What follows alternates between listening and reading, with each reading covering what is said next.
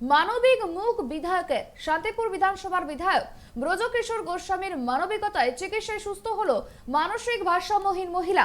দীর্ঘ 8 বছর পর মানসিক ভারসাম্যহীন মহিলা ফিরে গেল নিজের বাড়িতে। ঘটনাটি নদিয়ার শান্তিপুরের ঘটনা। প্রায় 8 বছর আগে বাড়ি থেকে নিখোঁজ হয়ে যাওয়া মানসিক ভারসাম্যহীন অসুস্থ একজন মহিলার চিকিৎসার সমস্ত রকম ব্যবস্থা এবং খরচ জুগিয়ে মানবিক পরিচয় দেখালেন শান্তিপুর বিধানসভার বিধায়ক ব্রজকিশোর গোস্বামী। হিপ জয়েন্টের হাড় ভেঙে যাওয়ায় ওই মহিলাকে শান্তিপুরের একটি বেসরকারি নার্সিংহোমে ভর্তি করিয়ে অপারেশন করানো হয়। সেই অপারেশনের যাবতীয় খরচ বহন করেন বিধায়ক ব্রজকিশোর গোস্বামী।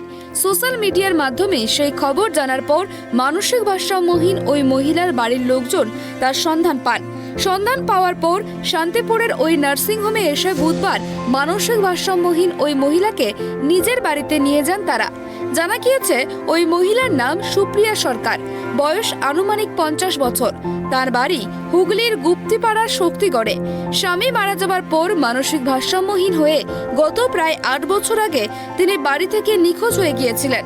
গত 16 মার্চ শান্তিপুর হাসপাতালে রাস্তায় আশ্রিত ওই মানসিক ভারসাম্যহীন মহিলাকে কেউ বা কারা হাসপাতালের গেটের সামনে ফেলে যায়।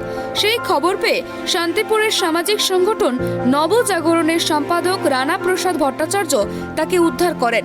তিনি জানিয়েছেন, মানসিক ভারসাম্যহীন ওই মহিলাকে উদ্ধার করার পর তিনি বিষয়টি শান্তিপুরের বিধায়ক ব্রজকিশোর গোস্বামীকে জানান। তার পরামর্শ মতোই ওই মহিলাকে শান্তিপুর স্টেট জেনারেল হাসপাতালে ভর্তি করানো হয়। গোস্বামী মহাশয়কে জানাই ব্রজকিশোর গোস্বামীর মাধ্যমে এবং আমাদের যারা ছিলেন তাদের সহযোগিতায় এবং মানুষদের তার সহযোগিতায় আমরা তাকে শান্তিপুর হাসপাতালে ভর্তি করাই। প্রথমে শান্তিপুর হাসপাতালে চিকিৎসা করানোর পর যে প্রাথমিক চিকিৎসা যেটাকে বলা হয়, সেই প্রাথমিক চিকিৎসার পর আমরা সেই দিনই সন্ধ্যেবেলায় 16 মার্চ সন্ধ্যেবেলায় আমরা আমাদের নার্সিংহোমে বিধায়ক ব্রজকিশোর গোস্বামী তাকে ভর্তি করাই এবং যেহেতু তার হিপ জয়েন্ট ভেঙে যায়, পায়ের হিপ জয়েন্ট ভেঙে যায়, সেখানে তাকে অপারেশন করতে হবে এবং অপারেশনের খরচ প্রচুর ব্যয়বহুল। যেহেতু তার স্বাস্থ্যসাথী কার্ড নেই, কারণ তিনি মানসিক ভারসাম্যহীন মহিলা, সেই মুহূর্তে যখন আমরা জানতে পারি, তারপরেই বিধায়কের উদ্যোগে এবং বিধায়কের আর্থিক সহযোগিতায় আমাদের এই সুপ্রিয়া সরকার, যেটার নাম আমি বলছি, কত বয়স মনে হচ্ছে? ওনার আনুমানিক বয়স 45 বছর। ওনাকে তখন আমাদের নার্সিংহোমে ভর্তি করিয়ে অপারেশন হয়। 19 মার্চ অপারেশন করা হয় এবং আজকে 22 মার্চ ওনাকে আমরা এখান থেকে ছাড়া হলো। এবং উনি বলে রাখি যে বিধায়কের মাধ্যমেই কিন্তু ওনার পরিবারের মাধ্যমে যোগাযোগ করা সম্ভব হয়েছিল এবং বিধায়কের সাথে ওনার পরিবার দেখা করেন, বিধায়ককে কুর্নিশ জানান, কৃতজ্ঞ স্বীকার করেন এবং আমরা বিধায়কের মাধ্যমে ওনার পরিবারের 1.5 বছর ধরে উনি ঘরছাড়া ছিলেন, প্রায় 1.5 বছর ধরে ঘরছাড়া ছিলেন। সেই ঘরছাড়া মহিলাকে যেমন বিধায়কের মাধ্যমে তার পরিবার ফিরে পেল, আবার তেমনই একজন অসহায় মানুষের এই চিকিৎসার ব্যবস্থা তিনি করে দিলেন।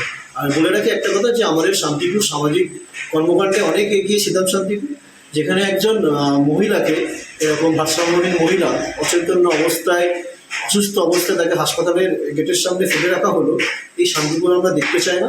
এই মানবিক শান্তিপুর থাকে। এবং সেটা কি জানা গেছে কে বা কারা এরকম? না, সেই বিষয়ে আমরা এখনো পর্যন্ত জানতে পারিনি, তবে আপনাদের মাধ্যমে বার্তা দিচ্ছি যে আগামী দিনে যেন এরকম কেউ কাজ না করে। বিধায়ক যেভাবে এগিয়ে এলেন একজন মানসিক ভারসাম্যহীন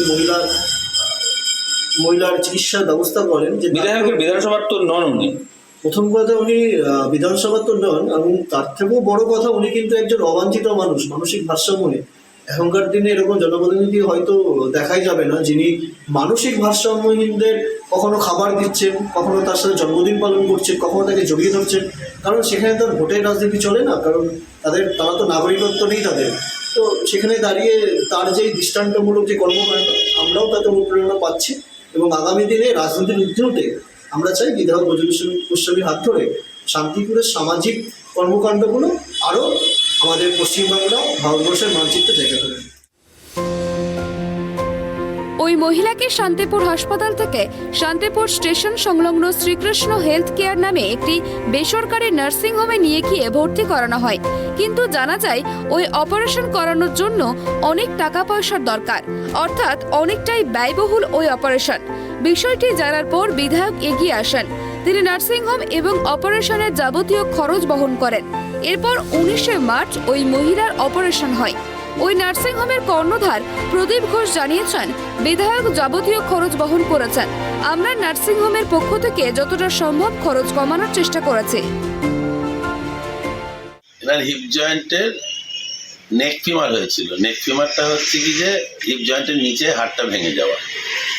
এই রণ, মানস, পলসন, হারু এরা সবাই মিলে আমার কাছে আসে এক্সরে প্লেট নিয়ে, প্রদীপটা এরকম একটা ভারসাম্যহীন পেশেন্ট, যদি এই পেশেন্টটাকে একটুখানি কম পয়সা খরচ করে যদি অপারেশন করে দেওয়া যায় তখন তাহলে খুব ভালো হয়। ঠিক আছে, করে দেওয়া যাবে, নার্সিংহোম কর্তৃপক্ষ থেকে যতটা পারা যায় সাহায্য করবো আমরা। তারপরে এমএলএ সাহেবও আমাকে বলে, তা আমরা যতটা সেই পেশেন্টকে এই অপারেশনটাকে ব্যয় সাপেক্ষ যথেষ্ট। সাপোর্ট। এই অপারেশনটা সম্পূর্ণভাবে মাইক্রো সার্জারি। এই অপারেশনের নাম হচ্ছে PFN অপারেশন। ঠিক আছে, মোট আনুমানিক যে কোনো জায়গায় ভর্তি করলে পরে এই অপারেশনটা 60 থেকে 65,000 টাকা টোটাল খরচ হয়। তা আমরা যতটা না নিলে নাই সেইটুকু আমরা খরচ আমরা নিয়েছি, সেটা সম্পূর্ণভাবে এমএলএ সাহেব আমাদের কাছে বেয়ার করেছে। আমাদের যতটা সাধ্য নার্সিংহোমের কর্তৃপক্ষ হিসাবে ততটাই আমরা সাহায্য করেছি। কিভাবে দেখছেন একজন মানে বিধায়ক, ধরুন তার বিধানসভার নয় তবুও করলেন, বা এই ছেলেরা যারা সংগঠন করেছে? তারপরে যে পেশেন্টটা ডাকঘরে নাকি দীর্ঘদিন ধরে পড়ে থাকতো, কেউ বা কারা পেশেন্টটাকে শান্তিপুর হাসপাতালে গেটের সামনে ফেলে দিয়ে যায়। তা আমাদের এই স্বেচ্ছাসেবী সে ভাইগুলো যে আছে তারা যে উদ্যোগ নিয়ে শান্তিপুর হাসপাতালে ভর্তি হয়। শান্তিপুর হাসপাতালে এই অপারেশনটা হয় না, বা সচরাচর কৃষ্ণনগরেও হাসপাতালে এই অপারেশনটা হয় না, নাহলে কল্যাণী বা অথবা কলকাতায় নিয়ে যেতে হয়।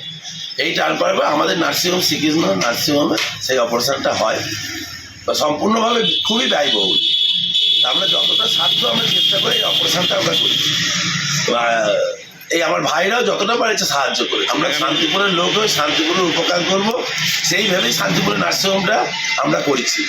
তা আশা করবো শান্তিপুরের লোক সবাই এগিয়ে আসুক, আমরা নার্সিংহোমটাকে যাতে আরও ভালো উন্নত মানের করে দিতে পারি সেটার চেষ্টা করি। আপনার বিষয়টি সামাজিক মাধ্যমে ছড়িয়ে দেওয়ার পরই মানসিক ভারসাম্যহীন ওই মহিলার আত্মীয় স্বজনরা নিখোঁজ ওই মহিলার সন্ধান পান। তারা তাকে বাড়ি নিয়ে যাওয়ার জন্য ছুটে আসেন শান্তিপুরের ওই নার্সিংহোমে। সুপ্রিয়া সরকারের ননদ মাম্প্রি প্রামাণিক জানিয়েছেন, স্বামী মারা যাওয়ার পর প্রায় 8 বছর আগে উনি বাড়ি থেকে হঠাৎ নিখোঁজ হয়ে যান। এরপর আমরা সামাজিক মাধ্যমে সেই খবর পাওয়ার পরই তাকে বাড়িতে নিয়ে যাওয়ার জন্য ছুটে এসেছি। 1.5 বছর আগে। কি নাম ওনার? সুপ্রিয়া সরকার। বয়স? বয়স 50। আচ্ছা, কোনো তো বিবাহ টিবাহ হয়নি নাকি? না, হয়েছিল। আচ্ছা, তারপরে নিয়ে স্বামী মারা গেল। স্বামী মারা যাওয়ার পর আরো বেশি পাগল হয়েছে। এমনি পাগল ছিল। ছেলে মেয়ে? আর ছেলে মেয়ে নেই। আচ্ছা, ছেলে মেয়ে নেই। আর এমনি আমাদের কাছেই থাকতো, 6 বছর ধরে থাকতো। কোথায় বাড়ি আপনাদের? এই তো গুপ্তিপাড়ায় যে শক্তিপুর সাইনতলা, ওখানে বাড়ি। ওই আচ্ছা, পাড়ে। তো সেখান থেকে এই যে দ্বিতীয়বার এই যে বারে যে ওনার অ্যাক্সিডেন্ট হয়েছে বা লেগেছে, হ্যাঁ। কিভাবে খবর পেলেন? নিয়ে আমরা ওই মোবাইলে খবর পেয়ে আমার এক দাদা শান্তিপুরে থাকে, ওই দাদাটা ফোন করে জানালো তোমার হলো এরকম, তোমার দিদির এরকম হয়েছে। তারপরে আমরা খবর শুনে এই হাসপাতালে নার্সিংহোমে আসি। আচ্ছা, কি হয়েছিল ওনার বলতে পেরেছিলেন? ওই মাজা হলো ভেঙে গেছিলো, হাড় হিপ জয়েন্টে? হিপ জয়েন্টের মাজা ভেঙে গেছিলো। আচ্ছা, এটা কি যে অপারেশনটা হয়েছে এই অপারেশনটা তো এমনি আপনাদের স্বাস্থ্যসাথী কার্ড বা এগুলো থাকলে তো হয়, কিন্তু ওর কিছু নেই। এখানকার চেয়ারম্যান সাহায্য করেছে, বিধায়ক সাহায্য করেছে, নিয়ে তারপরে এইসব চিকিৎসা হয়েছে। এই যে চিকিৎসা মানুষ উপকার করেছে, আমি সারা জীবন তাদের কাছে কৃতজ্ঞ থাকবো। যদিও মানসিক ভারসাম্যহীন ওই মহিলাকে সুস্থ করার জন্য বিধায়ক ব্রজকিশোর গোস্বামীর মানবিকতার যে রূপ দেখিয়েছেন তা সকলের মনে দাগ কেটেছে। যদিও সুস্থ হয়ে যাওয়া ওই মহিলা তার বিধানসভার ভোটার নন, অবশ্য এই বিষয়ে বিধায়ক বিশেষ কোনো মন্তব্য করতে রাজি হয়নি। নদিয়া থেকে মলয়দের রিপোর্ট, ট্রাইব টিভি।